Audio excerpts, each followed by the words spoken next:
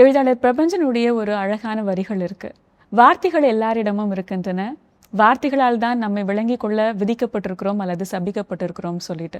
வார்த்தைகள் நம்ம எல்லாருக்கிட்டையுமே இருக்கு. சில வார்த்தைகள் நம்மளை காலத்துக்கும் காயப்படுத்துகிற மாதிரியான சில வார்த்தைகள் இருக்கு. சில வார்த்தைகள் நம்ம எப்போ நினைச்சாலும் நம்மளை சந்தோஷப்படுத்துகிற மாதிரியான வார்த்தைகள் இருக்கு.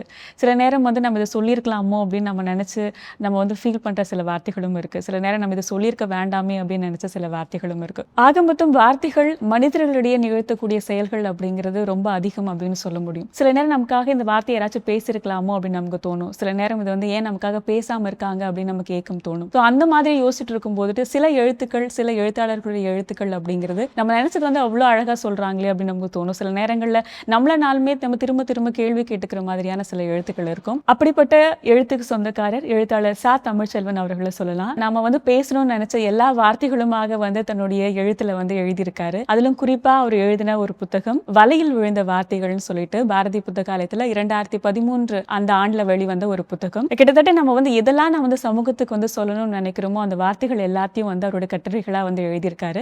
இது முழுக்க முழுக்க அவரோட பிளாக்ஸ்ல எழுதின நிறைய கட்டுரைகள், சிலது பத்திரிகைகளும் வெளிவந்திருக்கு. அது எல்லாமே அந்தந்த நேரத்துல அவர் பார்த்து அவருக்கு சமூகம் சார்ந்து நடந்த சில நிகழ்வுகளுடைய ஒரு தாக்கத்தால் அவர் எழுதியிருக்காரு. சில எழுத்துக்கள் பார்க்கும்போது பர்சனலா சில விஷயங்கள் நம்ம ஃபீல் பண்ணியிருப்போம் இல்லையா, அந்த விஷயங்களை அவர் எழுதியிருக்காரு. அவரோட கடந்த கால வாழ்க்கையில இருந்து அவரோட சிறு வயது முதல் அவரோட பள்ளி காலம், அவருடைய கல்லூரி, அப்புறம் அவர் அரசியல் சார்ந்து அவர் இயக்கம் சார்ந்து அவர் எங்களுடைய எல்லா விஷயத்தை பத்தினும் அந்த ஒரு புத்தகத்துல அவர் எழுதியிருக்காரு. எழுத்தாளர்கள் சமூகத்தினுடைய மனசாட்சி அப்படின்னு சொல்லுவாங்க. அதுல சில எழுத்தாளர்கள் அதுக்கு சரியான ஒரு அறம் சேர்த்திருக்காங்க அப்படின்னு சொல்லலாம். அதுல குறிப்பா தமிழ்ச்செல்வன் சாரை நம்ம எப்பவுமே சொல்லலாம். இதுல பார்க்கும்போதுட்டு அவரு நம்ம சமூகம் சார்ந்து ஒரு பெண்ணாகவோ இல்ல ஒரு ஆணாகவோ நம்ம கேட்க நினைக்கக்கூடிய கேள்விகள் நம்ம பல நேரம் நம்ம கேட்கறதுக்கான வாய்ப்புகள் இல்லாம இருக்கும். ஆனா அதை முன்னிறுத்தி இவர் மூலமா அவருடைய எழுத்தின் மூலமாக சமூகத்துல அவர் கேட்டிருக்காரு. அதுல குறிப்பா சில இதுல இந்த கட்டுரைகள் எனக்கு ரொம்ப பிடித்தமான சில கட்டுரைகள் சொல்லலாம்.